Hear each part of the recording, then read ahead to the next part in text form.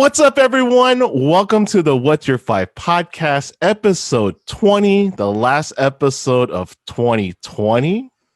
My name is Rodel, and today we have a special 20 episode of What's Your Five as we're going through our top 5 2020 games this year. So that's going to be pretty exciting. My name is Rodel, and my good co-host, resident gaming host, is here tonight, Mr. JoelFrrr. How are you doing, sir?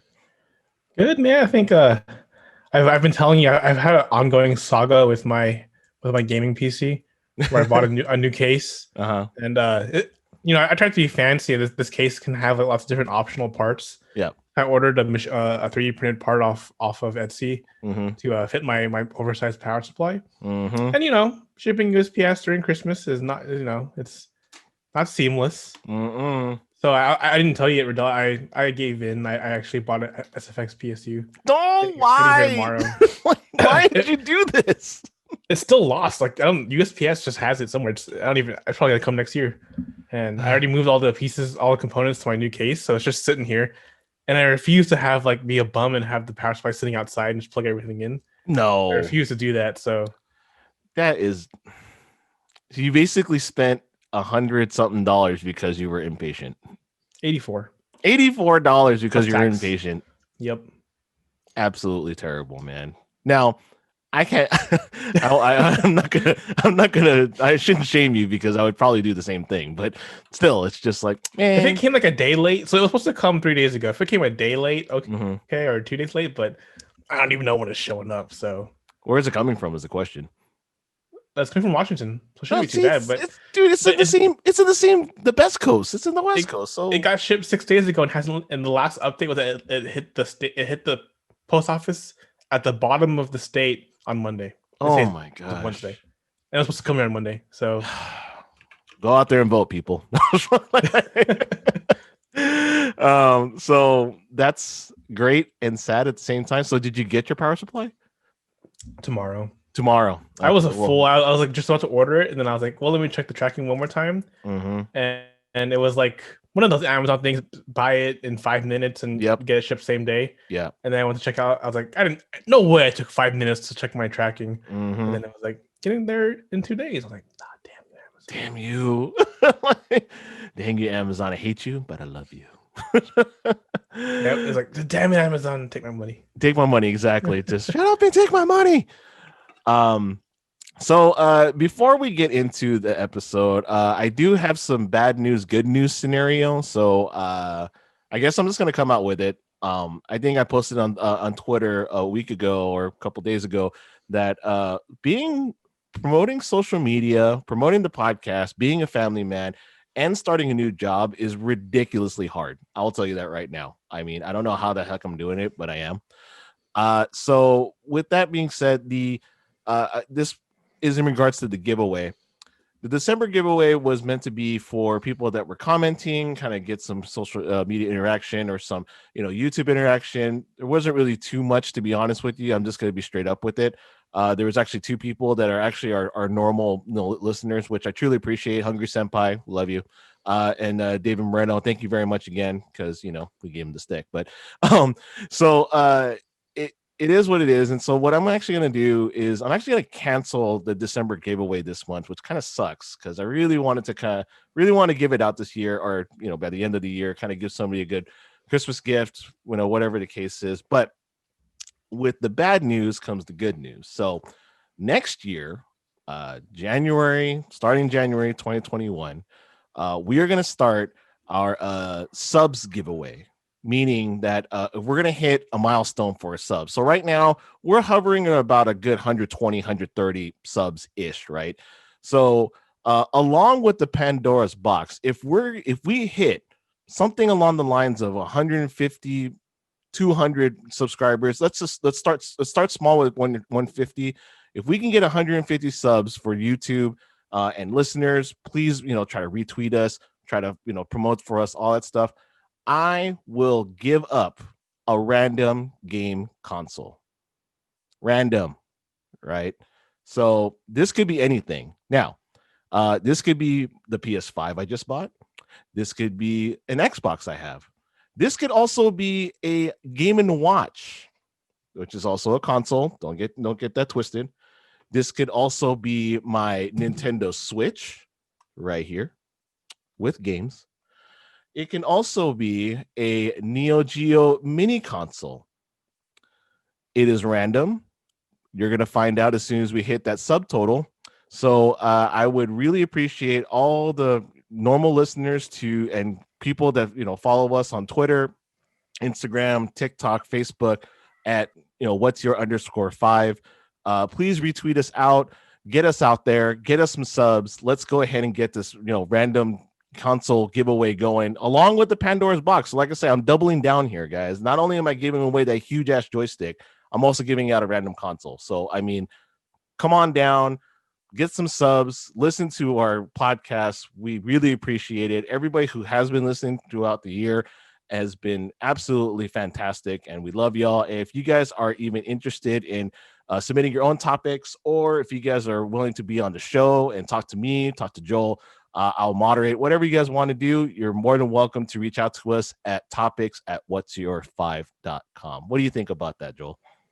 I was going to say, so yeah, old subscribers, you're still eligible as long as you hit that 200. Any subscriber is eligible. So that's true. Get that haul, guys. That's a huge prize. It's a huge prize, man. I mean, like, it could be up to $1,000 because I mean, trust me, guys. I mean, like I said, there's a lot of stake on the line, and I don't want this passion project of ours to for Anthony, myself, and Joel to go away. Like, I really would like some type of participation, something rather. I mean, I love doing this, don't get me wrong, and I'm sure hopefully Joel and when we bring Anthony back sooner or later, we all appreciate doing it. So it's just one of those things where we're, I don't know if we'd say we're desperate, but it's more just like I just want to get some more interaction, man. I want to get a little fan base, and I think we have some fun things in store for 2021. So be on the lookout for that. So random console giveaway for 200 subscribers when we get there.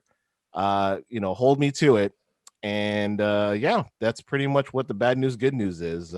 So let's go ahead and move forward.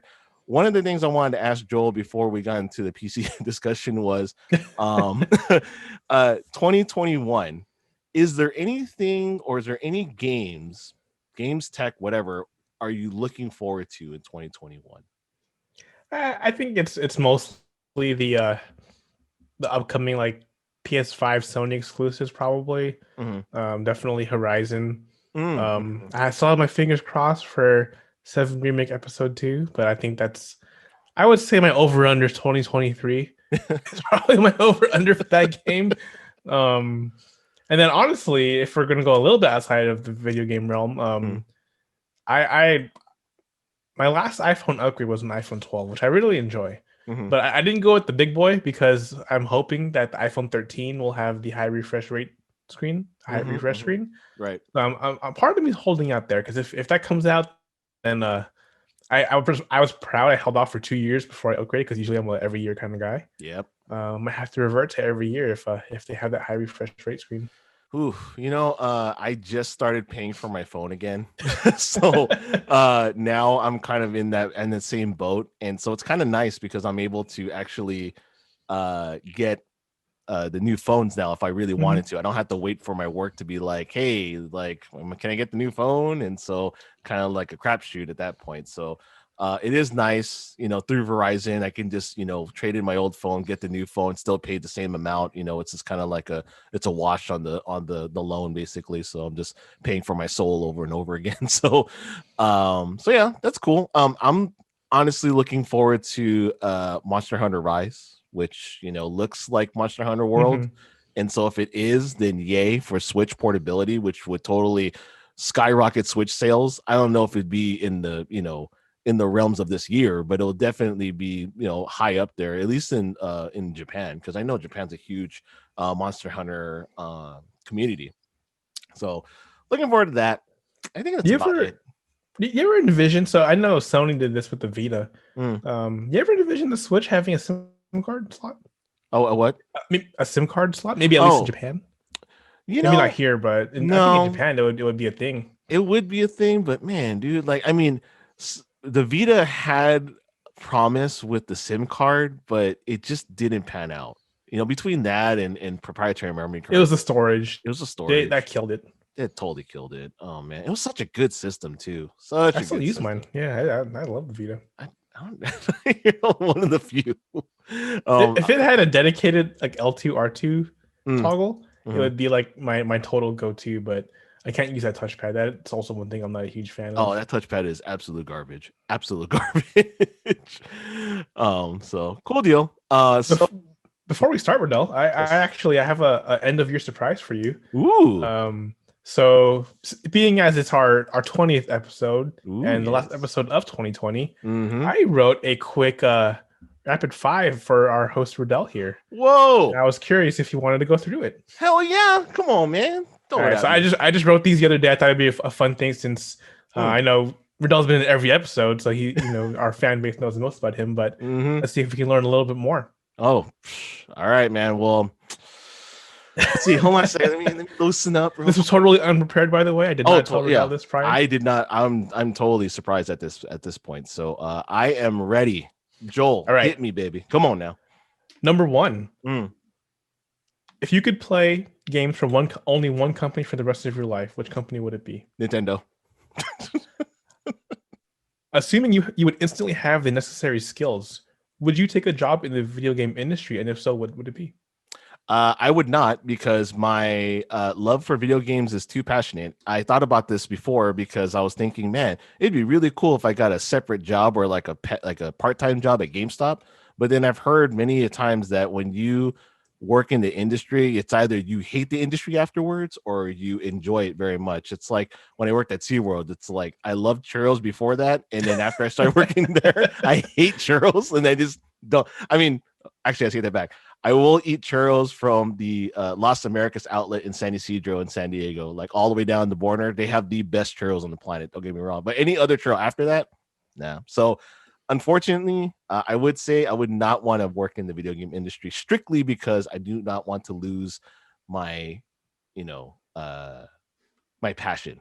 Fair enough. Me and Rodel both in past lives have been, desktop support. And for that little period, I was like, I didn't want to touch my home computer because it was like work. Yeah, I totally feel you. Yeah. So all right, it was definitely like that. So number 3, what is the piece of video game memorabilia you're most proud of?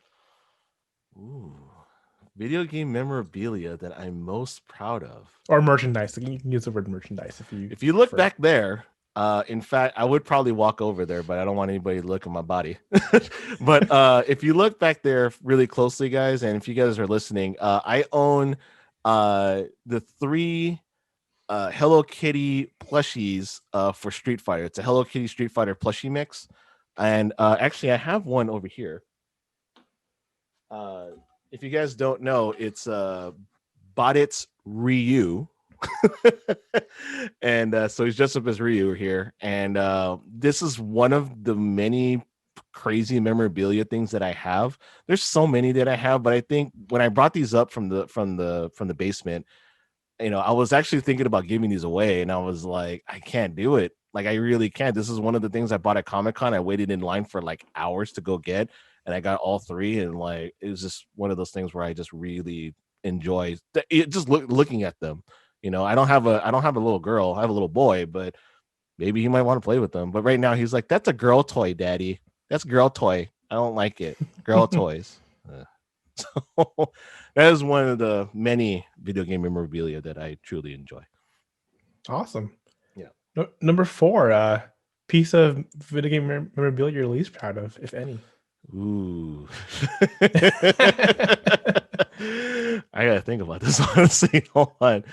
The piece of video game memorabilia I'm least proud of. Ooh. I gotta say I don't really.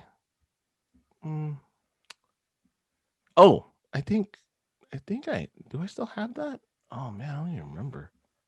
No, you know what? Everything that I purchase video game memorabilia wise is pretty special to me in certain ways. There's never anything that I got that I'm like, no, I don't really want this, or no, this No, sucks, or no oh body wait, I pillows. no, Or... no, I lied. Okay, quick backstory. So, I never played Persona 4 up until this year. Okay, so I beat Persona 4 Golden, which I'm totally proud of, and I'm super duper happy that I did. And one of the best games I ever played ever in life, which is saying a lot. Before that, I never knew about the game, and there was a game called Persona 4 Arena, which was new fighter back then on PS3. And so I was all about it because I was like, oh, new fighter. I'm totally getting into this. So I bought the collector's edition. Collector's edition came with the inflatable teddy. I have no idea where that thing is. And that's probably the least liked memorabilia because I had no idea what teddy was. And it looked effing creepy. Yeah, if you're not familiar with the character, it's like a Friday Night at Freddy's kind of thing. Yeah, it's like he's supposed to be a bear, that's very weird, but it just looks creepy. And I don't even know where that went, but I remember I had it at one point. I inflated it, and my wife looks at it. She's just like, "Can you just deflate that thing? It's really creepy just looking at me." So, I had no idea what the hell it was, and and at the time, I think I didn't know Joel back then, but I'm sure if I did, he would have probably explained to me like, "Oh, that's that's Teddy. That's that's your buddy from the Shadow World." No, didn't happen. So that was my least favorite video game memorabilia piece that I have owned in recent years. All right, so we're confirming no body pillows, right? No body pillows. Nothing you're not proud of. there was a Ryu body pillow and a Cody body pillow that I really wanted to get, but at the same time I really did not want to get. So gotcha. What you got, man? Come on. Last number one. 5. Come on. If you could fight any video game character, assuming you'd be given the skills and power level needed to make it a fair fight, who would it be? Squall, because I fucking hate Final Fantasy VIII. Yes, I said it. The F-bomb. Hate that game. Hate that character. Hate that entire series. I'd fight the entire team if I could. Rub his face in the dirt and cover up that scar. Cover up that scar. Yeah, rub him in the dirt. Like Cypher, you take it. Go for it, man. Because man, little bastards. I actually had this conversation with my coworker this morning at in my meeting. He was like, yeah, like the game was pretty good. Final Fantasy was good. I was like, no, it wasn't. Like, it was absolute garbage. Like, just garbage. Like, everybody. He's like, no, it was good. I'm like, have you played it recently? Trust me, the game does not hold. The story doesn't hold well. It's just very annoying with a bunch of annoying teen kids. I mean, did it look cool? Yes. Did it have all the cool features? Yes. Did it have the story? No. Absolutely not. I strongly disagree. So we will maybe we'll do a 2021 episode about why Rodel is completely wrong. But that's the Rapid 5 Rodel edition. Hey yo, all right. I love it, man. Ooh, that was I love how it was so quick. It was like Squall. Squall, because I hate him. Stinks and I hate him. I'm telling you, man. Ooh, that was good. Ooh. Now, is that how you guys all feel about this Rapid 5 every time I ask these questions? Damn. Like that is some good stuff. To be fair, I thought you were Nintendo makes a lot of sense, but I thought you were going to say Capcom. No. Nintendo's too broad, though. That was a gimme. Yeah, it's a broad horizon there, man. But you got to think in mind, too. I was thinking more of a console based.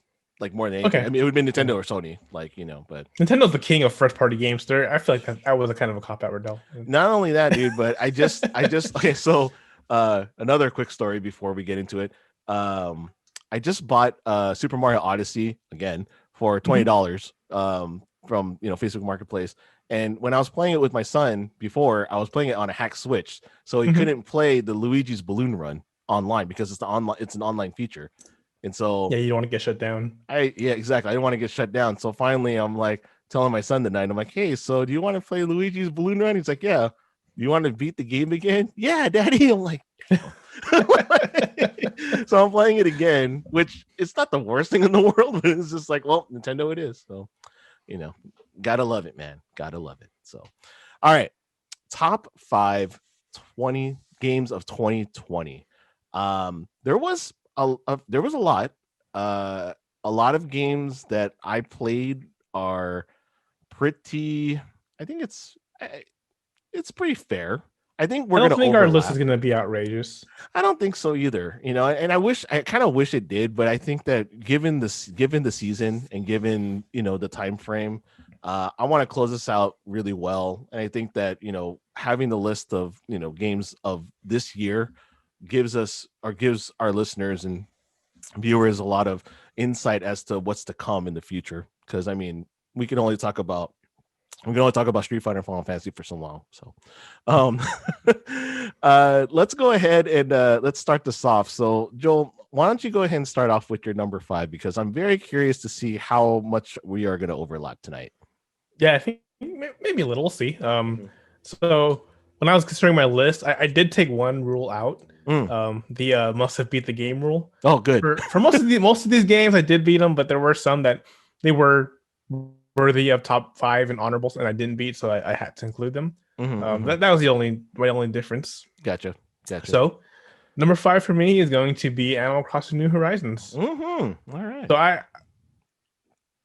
I liked this game, but compared to the majority of the user base of this game, I didn't like it as much. I put a solid 70 hours, and to me, the game is well worth it. I had fun doing it. I played a lot with my wife, which was nice. So we both played a game together. Played actually some with Rodel too. So it was really good. It was very I played lots of Animal Crossing games prior. I played the Game Boy, the 3DS one, and the GameCube one. Right. So I'm very familiar with the series.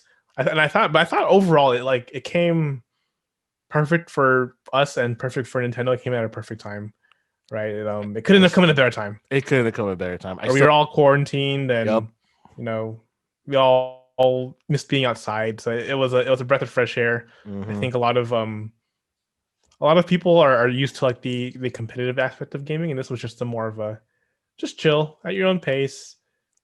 If you choose to play it that way, or you can choose to play it like Rodel and still make a competition.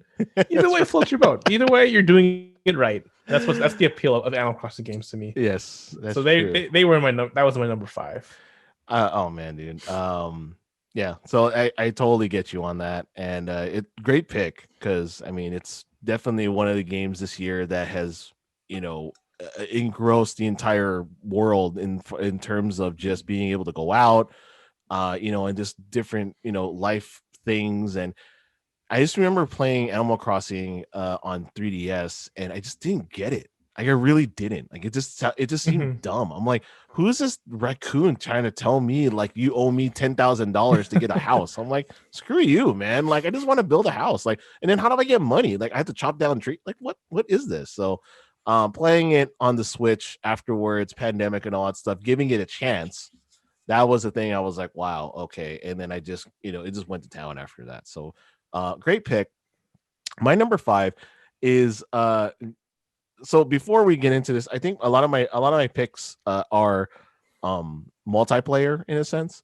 And so one of the games that I was given, or not given, but I was told to get by one of my good friends, he was like, dude, it's $5, just download it and then we'll play it together. I'm like, all right, cool, whatever. I downloaded it. I thought it was the dumbest game ever.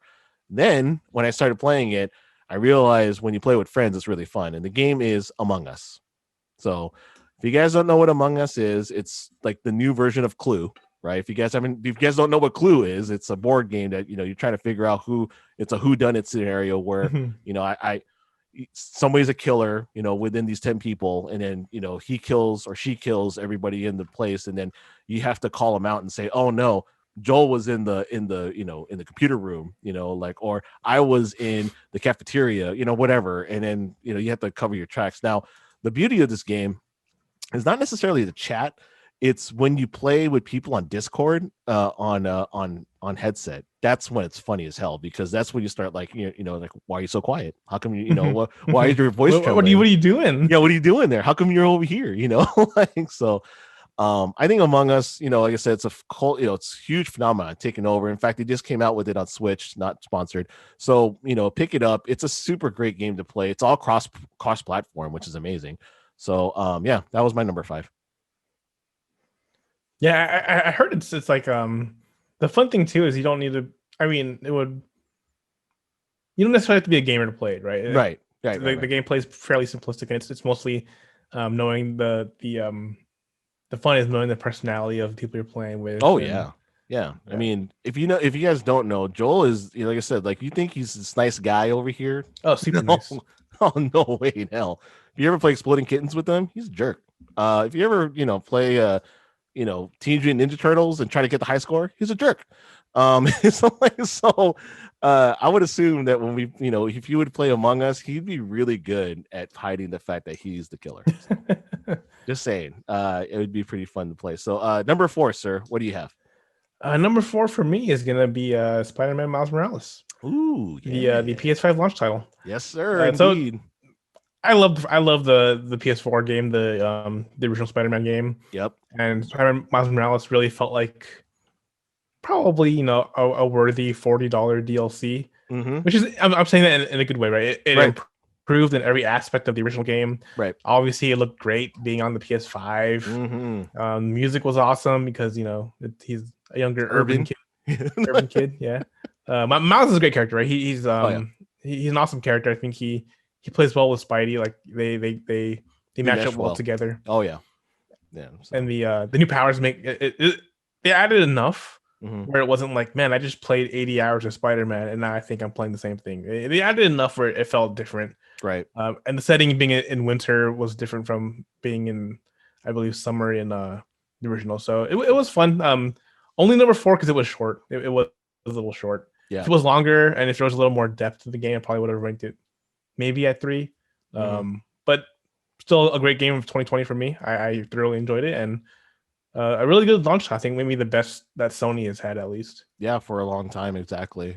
In fact, I will actually just go ahead and just cut to the chase here. That was also my number 4. I mean, that's pretty much a given the fact that we both got PS5s at the same time, and there was really not much as far as launch games were concerned. So, I mean, Miles Morales came to be, and like I said, my number 4 was Miles Morales.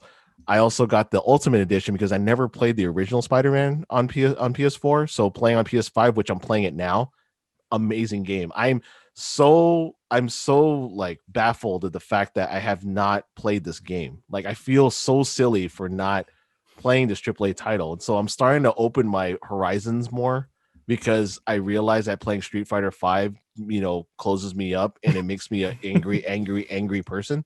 So I stopped playing that, thank God, and my blood pressure. And I'm playing playing regular Spider-Man. It's such a wonderful game.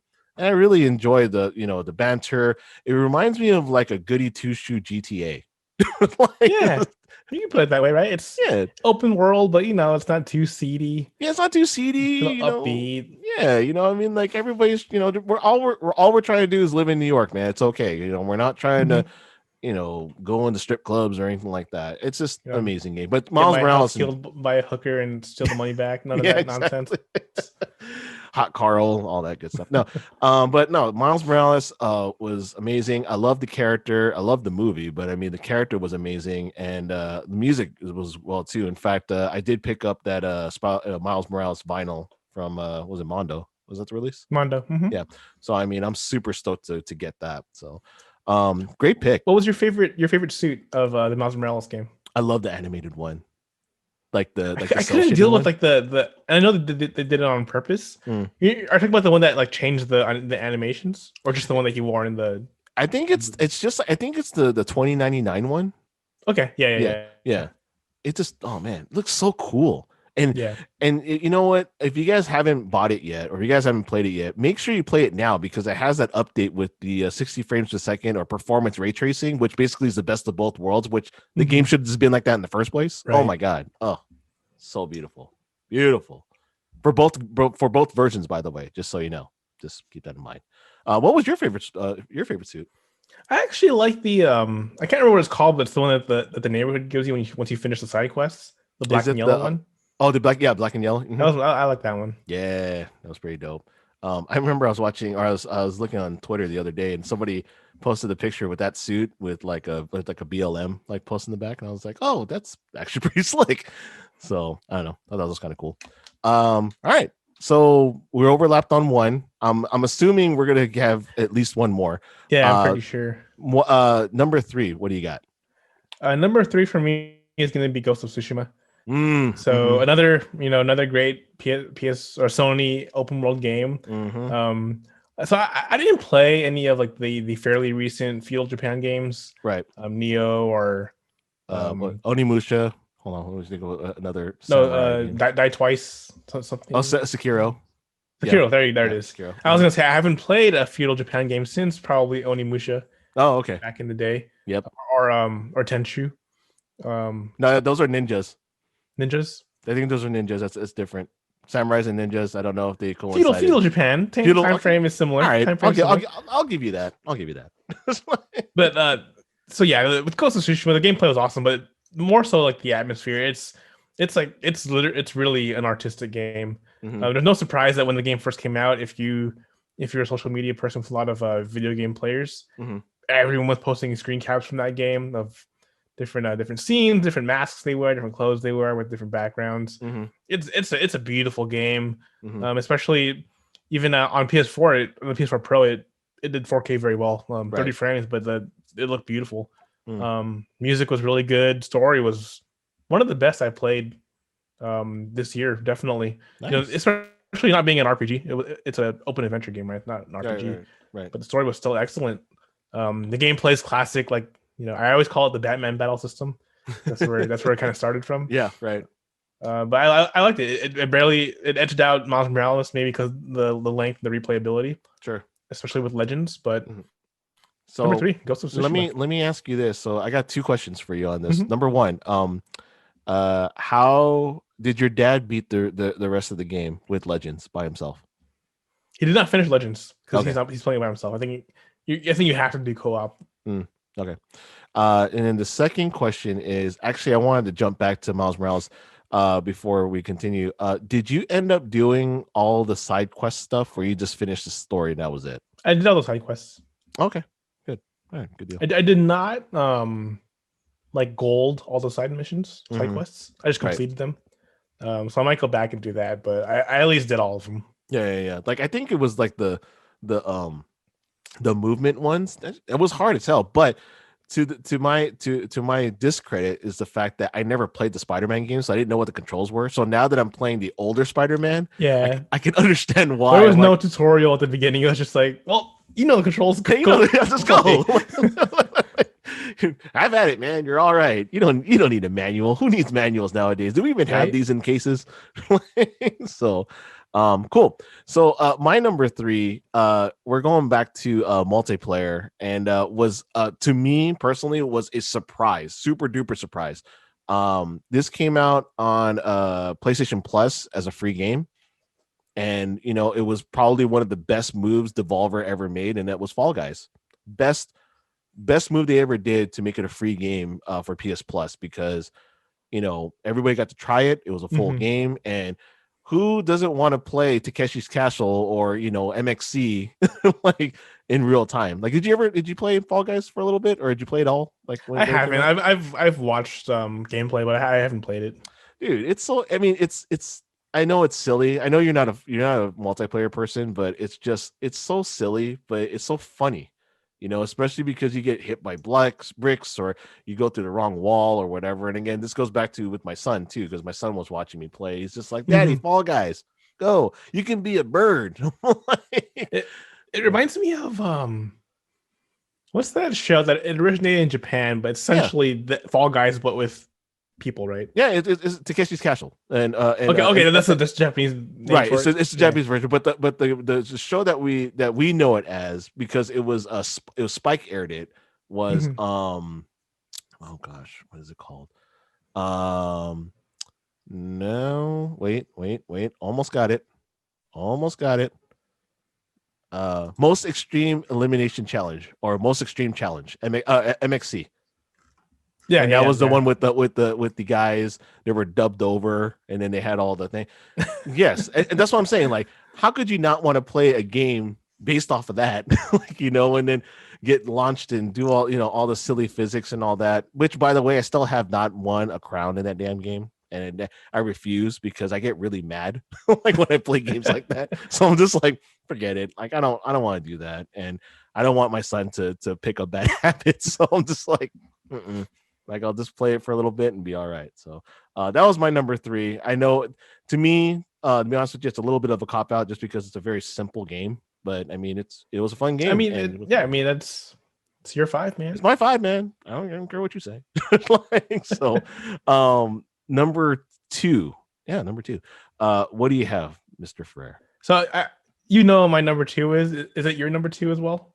I don't know. You tell me. All right. So my number 2, because I wanted to give you the chance to talk on the duplicate if we have a duplicate here, which I think we do. But number 2 is going to be Persona 5 Royal. Yeah. All right. Cool. Just want to make sure. This is also my number 2. Sorry, Anthony, you have to do the edits. Yes, but please start us off. We will continue. So yeah, when I was considering these games too, I was also thinking like, I'm not going to take if it was a remake. So I even considered games that were re-released in 2020, right? Like Tony Hawk. Yeah. The game came out in the 90s, but it got re-released. So I consider that came out in 2020. No, that came out in 2020. No, that's completely remastered. That's different. Now, if it was a re-release, it would be something like. Would you consider like Dragon Quest that came out on Switch? Yes, that is a re-release because granted, it does have extra stuff in there. Like I still think that it's the same base game overall. Like it's not like they didn't like enhance the graphics or anything like that. They just added content, which I think just because we're fanboys, I think Persona 5 kind of there's an exception to that because they did change the graphics of it a little bit. they played Creature Comforts, but for me, the big thing with Royal, and if you want to say the first 80%, 90% of the game was re-released, fine. Right. I would still say the last 30 hours are worthy of being in my top 5 of 2020. Absolutely, 100%. It was that good. The palace you go into, it's the best in the game. Yep. I kind of liked how they at the end they went back to spoilers. They went back to the narrow party, and at first you just had Akechi and Kasumi. Yep. Just like, all right, you're back to having 3, and you're kind of stripped away at some of the powers you had. Yep. So I loved Royal. If you guys listen to the pod, you know how much we both love the game. Oh yeah. I'm so excited that IM8-bit is releasing a dedicated vinyl for Royal and repress the Persona 5 box set. So yes, again, take my money. Take my money. All you have to do, just do it. Yep. My musical taste in that because it's all acid jazz fusion. Oh, so good. Yeah, last 30 hours of that game was amazing. If you guys haven't played the game, please do, but I will go into spoilers in this. And the funny thing is that in the original game, I hated Akechi, hated him, hated Goro. Like he had no redeeming qualities in the original game. No redeeming qualities. He was just a little punk bitch, just whatever. And then in this game, he was a complete badass, like just straight up. And I'm like, you are dope. You are my friend. Since we are a spoiler-filled pod here, how did you feel at the end when he was like, "I know I'm gonna die, but I definitely said things, or not die, but I know I'm gonna go to jail and my life's over." Yeah. But how'd you feel about that? Were you dude, I think he was a G, absolute G. Like I said, that was the one super duper quality, super redeeming quality about it. And I'm just like, all right, man, you're in my book again. You're a cool dude. Like you've definitely trumped, or you're definitely up there with Joker. I think within the original game and Royal, that I think that part was completely missing. Like that was just like a part that should have been in the original game because he was super flat in the original. There was no real substance other than the fact that he was trying to. I mean, he was integral to the story. Don't get me wrong, but I just felt he was very flat. Like after he got pounced in Shido's palace, it was like, okay, what's happening after that? Okay, you're done. Right. Oh, okay, all right, bye. Like where'd you go? I loved how they made him a confidant because there's a duality, right? They're like the yin and yang. Yes. Once he shows his true personality, not when he's a bullshit faker. Yeah. Once he shows his true personality, he's like him and the Joker are like the polar opposite. So it was cool that they kind of slowly introduced it in his confidant social link. Yep. And then his actual persona character might be my favorite design. Oh, I know. Yeah. Out of the whole crew. Out of the whole crew, indeed. It was who was not Robin Hood, but what was not Bird Boy, but his real one. His real one. It looked like Sergeant Pepper, Lonely Hearts, Beatles. right. Not that one. Yeah, so I totally agree with that. I mean, that's pretty much so now. I think Crow was Crow, or yeah, no. Crow. That's what it Crow's is. yeah. So if that is the case, if Persona 5 is number 2, well, and actually before we even get into that, honorable mentions, let's just jump into that real quick. Do you have any honorable mentions in your in your list here? I have one, and it probably would have made my list if I played it sooner. But I didn't play it until honestly until a week ago. But I want to put Hades in here in the conversation. Yeah. I played 4 hours and my gaming PC is down, so I can't play more. But the 4 hours were a blast, and I can totally tell that if I did play it through, I would love it. So it probably would have bumped Animal Crossing if I got to play more. But I can't bump something if it's only I finally played for 4 hours. It's not a fair shake. I'm definitely, because right now as we're recording, we are in the middle of the Steam winter sale right now. So that is in my cart along with the Untitled Goose Game. So I am really looking forward to Hades, because that's one of the games that I was very, very curious about, but I never really wanted to jump in. And of course, I'm a sheep when it comes to a lot of things. And so if Joel gets it, I'm going to get it too. So that's in the past, roguelike games, I didn't hate them, but I didn't love them either. I kind of like my game to have progression, but this game does have progression, even if you start from the beginning in terms of like the dungeon. Right. There's story progression, so you have a draw to play it over and over. It's not just like I know Rodel hasn't played a game like Don't Starve, where you die and you're ground zero and there's like no difference. No, that's a little tough for me, but a game where there's still progression, even if you have to kind of repeat the randomly generated dungeons, I'm a huge fan. Man. I mean, I'm not a big fan of RNG dungeons, but at the same time, like I said, it's game of the year. I mean, IGN gave it game of the year. A lot of people gave it game of the year, so I gotta at least jump in on it and get and $20, right? It's exactly. You owe it to give it a fair shake for $20. Exactly, and so pretty soon we're definitely gonna have our indie episode. But so now again, I'm coming back to. Dude, oh, I'm sorry. Well, one more thing. My honorable mention, which is kind of funny, but also at the same time, which was a complete surprise, was Astro's Playroom. That would have been that if we were What's Your 10, that would have been in my top 10. Sure, absolutely. Yeah, I think it's Astro's Playroom, one of the best demos that's come out in years. And I love the fact that they use every single facet and had a lot of love for a lot of the Sony franchises over the years. So it's a lot of cool attention to the detail. And I quote IGN by saying that Miyamoto is probably pissed off right now, because they could have done the same exact thing and they would have made billions of dollars. So but yeah, so that's my honorable mention. But I want to know, Mr. Frrr, I gotta know, what the hell is your number one? Because if it's not Persona 5, then what am I missing here? I don't think you realize it came out in 2020. Final Fantasy VII Remake. Son of a mother! God damn it! I've talked about this game, I think, in 3 pods now. I think this is the third time. 4, maybe 4. So I decided to change things up, and instead of rehashing why I love this game, I did a what's your 5 Joel FF7 Remake facts. So let's go through this. Dude, I'm here. Let's do it. Come on. Fact 5. I only played through this game once. So me and Rodel have had this. We have an agreement here where when an RPG hits you that hard in terms of like your appreciation for the story, you almost don't want to play it again, because it's like, I'm never going to feel these emotions again, right? Nope. It almost cheapens the experience. So although I really want to play it on hard, because I've been told that hard is like the true. You really appreciate the gameplay once you move it to hard, because there's like a cop out with normal. Right. I'll probably wait till all the episodes come out and then replay them again as a whole. Oh, okay. So I've only played it once. Okay. All right. Number 4, my favorite boss fight in the game was actually Genova. Most people say Hell House, because Hell House was really interesting, and it was a random character in the original, but they made it a boss fight in the new game. But I really love how they did Genova.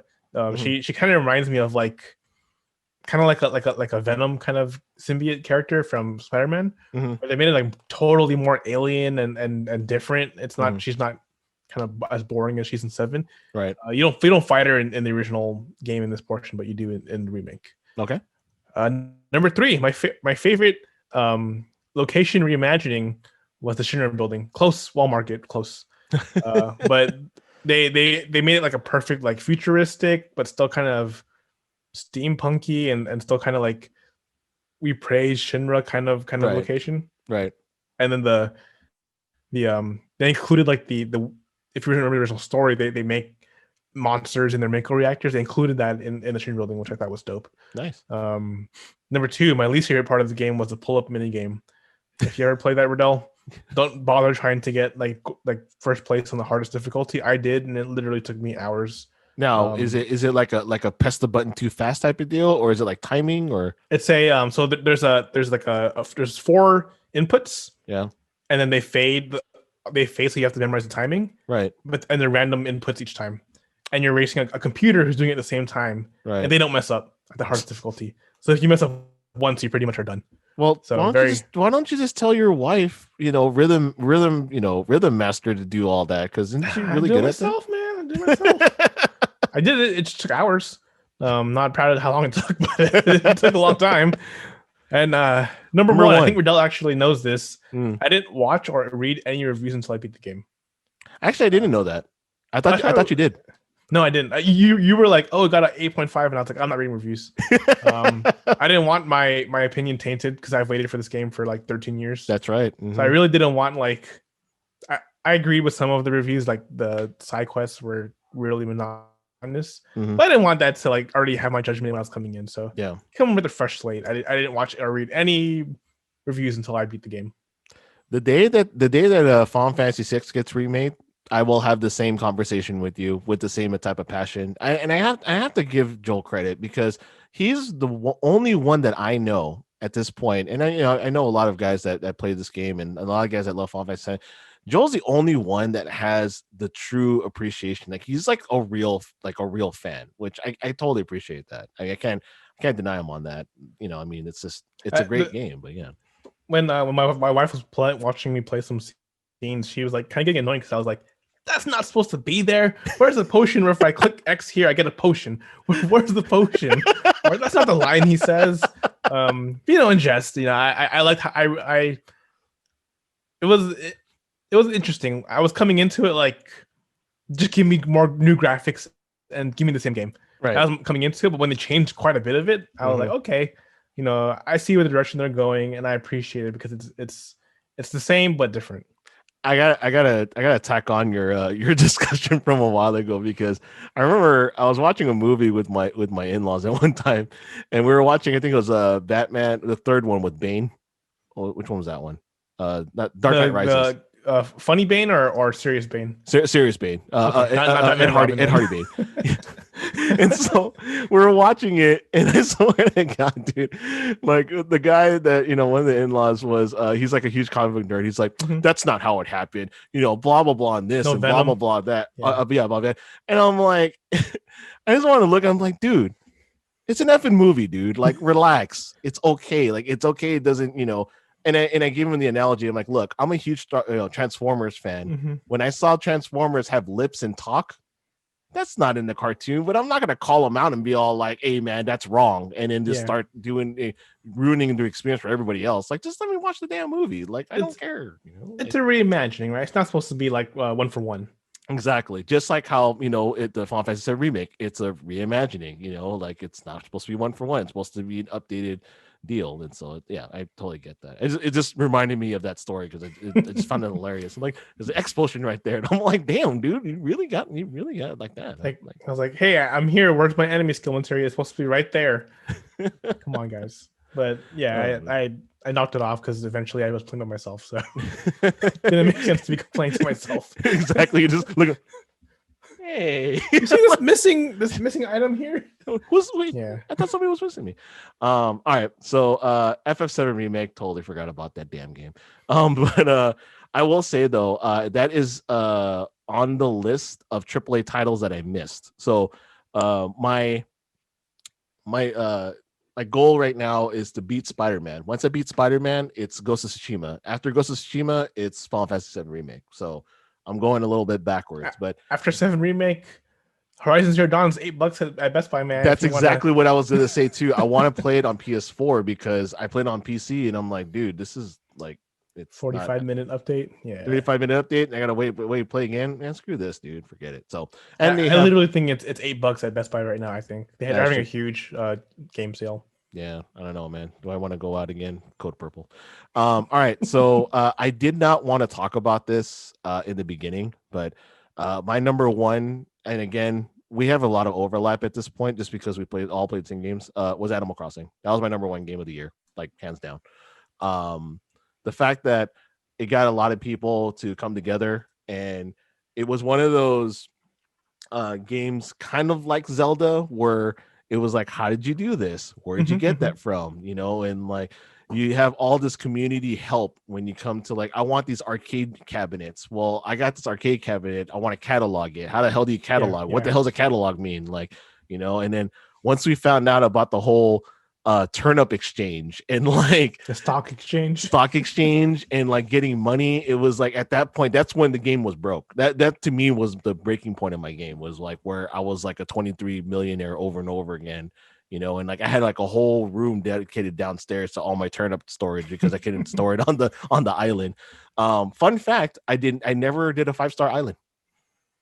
Like I know I saw your wife's Instagram story a couple months ago, and like she finally got a 5-star island. I was like, you know, I didn't even do that. Like that's why I had my disclaimer of never being the game, because I didn't do the 5-star island and I didn't do the concert. So to me, I never. Oh, you never rolled credits in Animal Crossing. No. So wow. No. So that's why I had to put my disclaimer, because I still consider it. I played 70 hours. I have to say it's number 5. Yeah, I mean, I never beat it. I played. In fact, I was, before we got on recording, I actually did this on purpose because I wanted to see how many hours I played. And I think from what I gather here, in total this year for Nintendo Switch gameplay, if I can do this, I played close to about 552 hours, not of just Animal Crossing, but for the most part, most of the game was just Animal Crossing that I played per hour. So let me see here. Does it have, it doesn't have actually how many hours I played on there. It just has, I mean, it does, but it's, let's see here. Yeah. So anyway, I think if you check your Nintendo profile, it'll tell you like, I'm pretty sure it's more than that. So, I mean, and then the other thing too is, like I said, I played the 3DS version, hated it. And then when I played this version, I loved it. And, you know, I think a lot of it had to do with the fact that there was a lot of internet, connectivity and doing all that. The one thing that I could not stand, and I still don't understand it to this day, is let me transfer my damn island to different switches. I would still be playing to this day if I can transfer my island to my different switch. But couldn't do it, man. And so I have 3 switches in my house, you know, hint, random giveaway, who knows? You know, and it's just like, I wish I could just transfer it over to one switch to another, so that way I can work on my island and this and that and the other, because I really like the form factor of this nice Switch, but I can't play with it because I can't play with Animal Crossing with it because I can't transfer my damn island. You can't play with it, man. That almost sounds like giveaway material. It sounds like it. I don't know. Anyway, so that was my number one. I loved the game to death, and I was very competitive with it. If you didn't catch that drift, as far as like, hey, look at me, look what I did, or you know, like look what fish I caught, or like look how much money I have in the bank. You know, I think I distinctly remember like you went to someone we a person we know in common. You went to their island maybe to buy turnips or whatever, and you were like, no second floor. I was like, damn, no, it's not competition, man. Wait, who was what? I don't remember who it was. That's too funny though. Yeah, no, I would totally. I was such a snob. I was like, dude, come on, man. Like, really, you didn't even like get flooring done yet? What's wrong with you? See, the funny thing is when everyone was playing Animal Crossing, is so it didn't quite make my top 5 factual facts about F7 Remake, but I was very disciplined with my gaming when 7 Remake came out. I told myself this is the only game I'm going to play, period. So I actually got Royal first, but I didn't play it because I knew when 7 Remake came out, I was going to switch. Yeah. So when I finished the remake, I think it was around the same time when Animal Crossing came out. So I was playing Animal Crossing and Royal at the same time, and Royal's always gonna win if I'm at home. Oh yeah, and I was always at home, so I played it a bit. The social aspect. All my friends are playing it. My wife was playing it, so I played it. I just think because I had Royal, which was to me a superior game, I didn't get too into it. But I definitely get the appeal, especially people that you. I noticed with your list, Rodel, you have a very inclusive list. Inclusive? What do you mean? You're the games on your list cater to gamers and non-gamers alike. Yeah, like no non-gamers gonna play F7 remake. To be honest, you're gonna be like, what is this nonsense? But I think it's funny how our list contrast. Oh yeah, absolutely. I love, like I said, I love multiplayer games. I love couch co-op. Like that's what I grew up with, and I'm a younger sibling, so I'm always trying to be the best, even though I can't be because I can never ascend to the top, because my brothers were always better than me in some way, shape, or form. But yeah, I mean, like it's always been something that I enjoyed. In fact, I was just thinking about doing the whole Jack Party like games because it's like a party game, but I don't know. But yeah, so that's our list for 2020. What did you guys think of it? I would love to hear from you guys on Twitter, Instagram, TikTok, Facebook, all that good stuff at what's your _5. If you guys have any topics that you guys want to reach out to us on, or if you want to be on the show, please reach out to us at topics@what'syour5.com. Again, do not forget about our 200 sub giveaway. Again, random console. Could be anything. So it could be a Rubik's Cube. It's a console, right? It's a game, I think. I don't know. Anyway, so again, we're gonna be taking a break for a couple of weeks to kind of get our bearings straight, but we'll be back in 2021 stronger than ever. Joel, thank you so much for everything. Thank you, Anthony, for doing all of the edits and all that good stuff. And Merry Christmas, Happy New Year, everybody, and we will see you guys next year. Thank you very much. Peace. Peace out.